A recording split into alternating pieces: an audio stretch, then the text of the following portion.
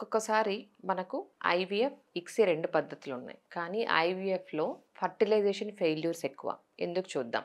I'm doctor Neeraja, fertility specialist from Hyderabad. So, మనం ఇంతకుముందు వీడియోస్‌లో చెప్పుకున్నట్టు ఐవీఎఫ్ అంటే ఎగ్, స్పెర్మ్స్ మనం పెట్టి డిష్‌లో వదిలేసిన తర్వాత స్పెర్మ్స్ అదంతకదే వెళ్ళి ఎగ్స్‌ని ఫర్టిలైజ్ చేయాలి. సో, దీంట్లో చాలా ఈవెంట్స్ ఉన్నాయి. ఫర్టిలైజేషన్ జరగలేదు అంటే ప్రాబ్లమ్ ఎగ్‌లో ఉండొచ్చు, స్పెర్మ్‌లో ఉండొచ్చు, లేకపోతే రెండిట్లోనే ఉండొచ్చు. స్పెర్మ్ ఎగ్ టచ్ చేసినప్పుడు ఎగ్ చుట్టూ క్యుములస్ సెల్స్ అని ఉంటాయి. ఒకవేళ హెల్దీ స్పెర్మ్ అయితే ఆ క్యుములస్ సెల్స్ టచ్ చేసిన వెంటనే స్పెర్మ్ యాక్టివేట్ అవుతుంది.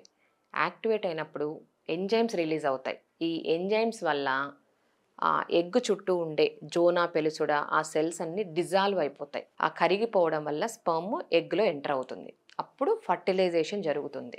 ఒక్కొక్కసారి స్పెర్మ్ ప్రాబ్లమ్ ఉంది అంటే ఈ ఎంజైమ్స్ రిలీజ్ అవ్వడము, లోపలికి ఎంటర్ అవ్వడం జరగదు కాబట్టి ఫర్టిలైజేషన్ జరగదు. సో, ఇది మనకు మెయిన్ ఫర్టిలైజేషన్ జరగకపోవడానికి దట్టు ఐవీఎఫ్‌లో ఇది మెయిన్ రీజన్.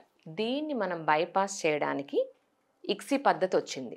ఇక్సీ అంటే ఇంట్రాసైటోప్లాస్మిక్ స్పెర్మ్ ఇంజెక్షన్. దీంట్లో మనము ఇక్సీ మైక్రోస్కోప్‌లో ఎగ్ క్యాచ్ చేసి మంచి స్పెర్మ్ సెలెక్ట్ చేసి మనమే స్పెర్మ్స్‌ని లోపలికి ఇంజెక్ట్ చేస్తాం.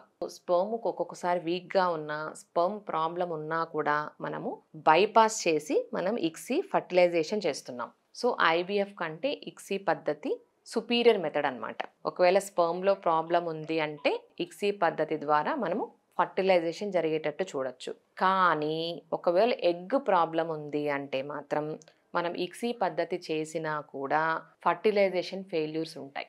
సో, ఎగ్ ప్రాబ్లమ్ మనం బైపాస్ చేయలేము. Egg problem ఎప్పుడొస్తుంది?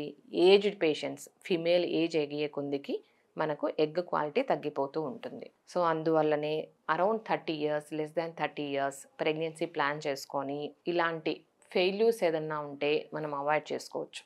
Thank you.